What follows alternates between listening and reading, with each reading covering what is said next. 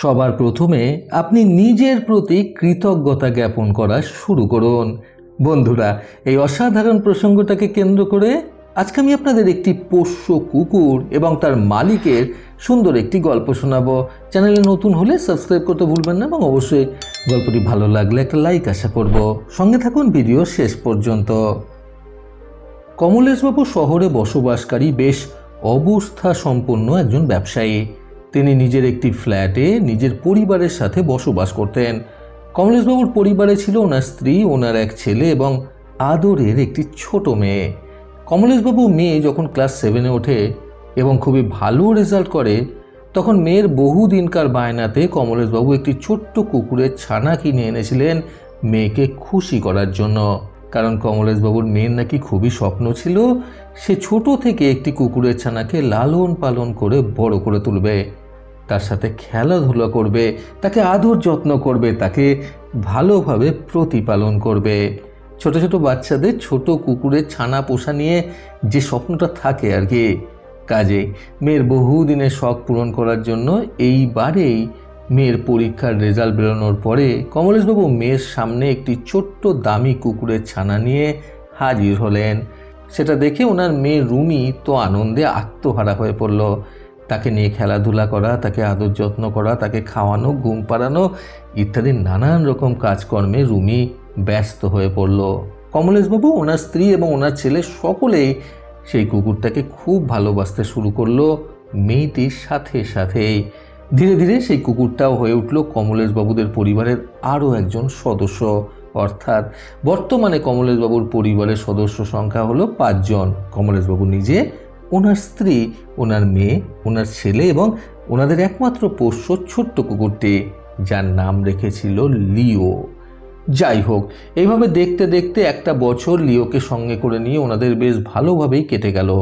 কমলেশবাবুর এবং ওনার বাড়ির সকলেরই বলা চলে ভীষণ ইচ্ছা ছিল উনি লিওকে যে কোনো পশুদের প্রতিযোগিতায় অংশগ্রহণ করার জন্য প্রস্তুত করবেন।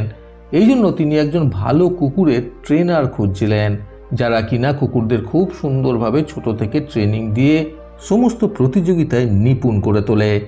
পরবর্তীতে তারা নানান রকম প্রতিযোগিতায় অংশগ্রহণ করতে পারে। একদিন ছুটির দিনে একটু বেলা করেই কমলেশবাবু ওনাদের নিকটবর্তী বড় বাজারে গিয়েছিলেন বেশ কিছু বাজার হাট করতে। বাজারে ঘুরে ঘুরে বেশ কিছুক্ষণ এটা ওটা বাজার করার পর উনি একটি ফলের দোকানে গিয়ে দাঁড়ালেন একটু ফল কেনার জন্য। ফলের দোকানদার ছেলেটি কমলেশবাবুর পরিচিতই ছিলেন। কমলেশবাবু মাঝে মধ্যে এই ছেলেটির দোকান থেকে ফল নেন। ফলে তিনি দাঁড়িয়ে দাঁড়িয়ে কিছুক্ষণ সেই দোকানদার ছেলেটির সাথে গল্প গুজব করছিলেন। এমন সময় তিনি দেখলেন একটি বেশ ভালো মানের কুকুর, অর্থাৎ কুকুরটিকে দেখে মনে হচ্ছে বেশ দামি। তার গায়ে ছিল ভর্তি লোম এবং লোমগুলোও ছিল বেশ চকচকে। কুকুরটি আকারেও ছিল বেশ বড় এবং মোটা সোটা। এরকম একটি কুকুর মুখে করে একটি বাজারের ব্যাগ আর তার গলায় ঝোলানো একটি ছোট্ট পয়সার ব্যাগের মতো একটি ব্যাগ নিয়ে এসে ফলের দোকানের সামনে কিছুক্ষণ দাঁড়িয়ে রইল। তখন সেই ফলের দোকানদার ছেলেটি কিছু একটা বুঝতে পেরে কুকুরটির মুখ থেকে ব্যাগটা নিয়ে নিল। তারপর ব্যাগটা নিয়ে ব্যাগটার ভেতরের দিকে তাকিয়ে তাতে হাত গলিয়ে কিছু একটা হাতড়াতে লাগলো। তারপর সেই ব্যাগের ভেতর থেকে একটি চিরকুট বার করে নিয়ে আসলো। কুকুরটি তখনও সামনে দাঁড়িয়ে রয়েছে। সেই চিরকুটটা খুলে ছেলেটি পড়ল। তাতে লেখা রয়েছে 1 কেজি ভালো মাপের আপেল, 1 ডজন কাঁঠালি কলা আর 500 গ্রাম পাকা পেয়ারা দিয়ে দিতে। পয়সার ব্যাগে পয়সা দেওয়া আছে, দয়া করে সেখান থেকে মাপ মতো পয়সা নিয়ে নেবেন। চিরকুটটা পড়ার পর ছেলেটি মাপ মতো ফলগুলো ওজন করে সেই ব্যাগের মধ্যে দিয়ে দিল এবং ফল অনুযায়ী দাম ধরে নিয়ে সেই কুকুরটির গলায় ঝোলানো পয়সার ব্যাগের মধ্যে রাখা 300 টাকার মধ্যে দিয়ে সেই দামটা কেটে নিয়ে বাকি টাকাটা ব্যাগের মধ্যেই রেখে কুকুরটির মুখে আবারও ব্যাগটাকে ঝুলিয়ে দিল। কমলেশবাবু ভীষণই অবাক হয়ে ব্যাপারটা দেখতে লাগলেন। তারপর কুকুরটা বেশ ধীরে ধীরেই হেলতে দুলতে এগিয়ে চলল সামনের বড় রাস্তার দিকে। দোকানদার ছেলেটিকে কমলেশবাবু ব্যাপারটা জিজ্ঞাসা করায় ছেলেটি বলল, কুকুরটা কাদের জানি না, কিন্তু মাঝে মধ্যেই কুকুরটি এভাবে ব্যাগ নিয়ে আসে, যা যা ফলের প্রয়োজন হয় সেই ফলগুলো নেয়, টাকা দেয়, আবারও চলে যায়। এই জিনিসটা কমলেশবাবুর মন কেড়ে নিয়েছিল সেদিন। তিনি আর এক বিন্দুও দেরি না করে চলল সেই কুকুরটার পেছন পেছন। কুকুরটি যেহেতু আস্তে আস্তে হেঁটে যাচ্ছিল, সেহেতু কমলেশবাবুর কোনো সমস্যাই হলো না কুকুরটিকে অনুসরণ করে তার পিছন পিছন পথ এগিয়ে যেতে। তারপর কমলেশবাবু দেখলেন বাজার থেকে বেরিয়ে কুকুরটি একটি বাস স্টপে গিয়ে দাঁড়ালো। একটি বাস এসে কুকুরটির সামনে দাঁড়াতেই কুকুরটি মুখে করে বাজারের ব্যাগটি নিয়ে সেই বাসে উঠে গেল। কমলেশবাবু আর দেরি না করে বরং সেই কুকুরটির পিছনে পিছনে বাসে উঠলেন। তারপর তিনি দেখলেন কুকুরটি সেই পয়সার ব্যাগের মধ্যে থেকে ছোট একটি চিরকুট বার করে সেই বাসের কন্ডাক্টরকে দিল। কন্ডাক্টর সেই চিরকুটটা পড়ে দেখল কুকুরটি আসলে কোথায় নামবে সেই জায়গাটার বা স্টপেজের নাম সেখানে লেখা রয়েছে, এবং সেই চিরকুটে তার সাথে এটাও লেখা ছিল যে পয়সার ব্যাগে ভাড়া বাবদ পয়সাটা দেওয়া রয়েছে, দয়া করে ওখান থেকে প্রাপ্য ভাড়াটুকু নিয়ে নেবেন। কন্ডাক্টর সেই অনুযায়ী কুকুরটির গলায় ঝুলতে থাকা ছোট পয়সার ব্যাগটা থেকে ভাড়া বাবদ টাকাটি কেটে নিয়ে কুকুরটির বাজারের ব্যাগটিতে একটি টিকিট রেখে দেয়।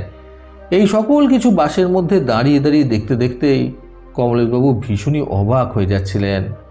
তারপর বাসের কন্ডাক্টরকে বলে কমলেশবাবু সেখানেই নামলেন যেখানে আসলে কুকুরটির নামার জন্য টিকিট কেটেছিল, অর্থাৎ কুকুরটির চিরকুটে যে জায়গাটার নাম লিখে দেওয়া হয়েছিল। তারপর কুকুরটি বাস থেকে নামার সাথে সাথেই কমলেশবাবু কুকুরটির পেছনে পেছনে নামলেন এবং আবারও কুকুরটির পেছন পেছন চলতে শুরু করলেন। তিনি দেখলেন কুকুরটি বেশ কয়েকটি অলিগুলির মধ্যে দিয়ে হেঁটে চলেছে। তিনিও সেই অনুযায়ী কুকুরটির পেছন পেছন চলতে লাগলেন। তারপর বেশ কয়েকটি বাড়ি পরে গিয়ে কুকুরটি একটি দরজার সামনে দাঁড়িয়ে নিজের মুখে থাকা ব্যাগটাকে পায়ের কাছে নামিয়ে রেখে মুখ দিয়ে বারবার করে বাড়িটার কলিং বেল টিপতে লাগলো। কমলেশবাবু কুকুরটির পেছন পেছন এসে বুঝতে পারলেন হয়তো এই বাড়িটাই এই কুকুরটির মালিকের বাড়ি, অর্থাৎ কুকুরটি হয়তো এই বাড়িতেই থাকে। তিনি চুপচাপ দাঁড়িয়ে রইলেন বাড়ির মালিকের সাথে কুকুরটির বিষয়ে একটু কথা বলার জন্য। তারপর বেশ অনেকক্ষণ ধরে কলিং বেল টিপে যাওয়ার পর অনেকক্ষণ পর বাড়ির মালিক অর্থাৎ একজন মধ্যবয়স্ক মানুষ বাড়ি থেকে বেরিয়ে এসে দরজা খুলেই কুকুরটিকে বেধড়ক মারতে লাগলেন। এটা দেখার পর কমলেশবাবু আরও বেশি অবাক হয়ে গেলেন এবং তিনি আর থাকতে না পেরে বাড়ির মালিককে গিয়ে বললেন, এটা আপনি কি করছেন? অবলা জীবটাকে বেকার বেকার মারছেন কেন? সেই বাড়ির মালিকটি তখন বেশ ক্ষিপ্ত হয়ে বলে উঠলেন, মারবো না তাহলে? আমি একটু ঘুমোচ্ছিলাম, আমার ঘুমটা ভাঙিয়ে দিল বেকার বেকার। এই কথা শুনে কমলেশবাবু আবারও বললেন, আপনার কুকুরটি কত ভালো, আপনার জন্য বাজার করে দিল, কি সুন্দর পথ চিনে আবার বাড়িতেও ফিরে আসলো, আপনার এত উপকার করলো, তাও আপনি ওকে এইভাবে মারছেন। তখন সেই মানুষটি রেগে মেগে কমলেশবাবুকে উদ্দেশ্য করে বললেন, তা এতটাই যখন ভালো তাহলে বাড়ির চাবিটা নিয়ে যেতে পারতো তো, বেকার বেকার আমার ঘুমটা না ভাঙালেও পারতো এই হতভাগা। এই বলে মানুষটি কুকুরটিকে আবারও মারতে লাগলেন। এই কথা শুনে কমলেশবাবু সেখানে হতবাক হয়ে দাঁড়িয়ে রইলেন। তিনি মনে মনে ভাবলেন, মানুষের মন কখনোই জয় করা যায় না। এত কিছু করার পরেও এই মানুষটির প্রত্যাশা শেষ হয়নি এই কুকুরটির থেকে। এত বেশি চাওয়ার লোভেই হয়তো একদিন উনি এই কুকুরটিকেই হারিয়ে ফেলবেন। এই সকল কিছু ভেবে একটা দীর্ঘ নিঃশ্বাস ফেলে কমলেশবাবু সেখান থেকে ফিরে আসলেন।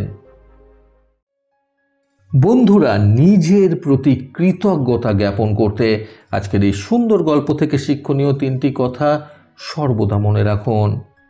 প্রথমত, এই পৃথিবীতে মানুষই কিন্তু এইরকম এক প্রকারের জীব যাদের মন কখনোই কোনোভাবেই চিরতরে জয় করা যায় না। দ্বিতীয়ত, মানুষকে যত বেশি দেওয়া হবে তারা আরও তত বেশি চাইতে শুরু করবে। তৃতীয়ত, অন্যের উপর অতিরিক্ত প্রত্যাশাই কিন্তু একটা সময়ের পর মানুষকে লোভী করে তোলে। প্রতিবারের মতো আবারও বলবো, এই পৃথিবী তাদেরকেই সম্মান দেয় যারা ইউনিক কিছু করার ক্ষমতা রাখে। সকলের সুস্থ এবং সুন্দর জীবন কামনায় প্রকৃত জীবন থেকে আমি সন্তু চক্রবর্তী আবার আসবো নতুন সুন্দর শিক্ষণীয় একটি ছোট গল্পের সাথে। ভালো শুনুন, ভালো থাকুন, ধন্যবাদ।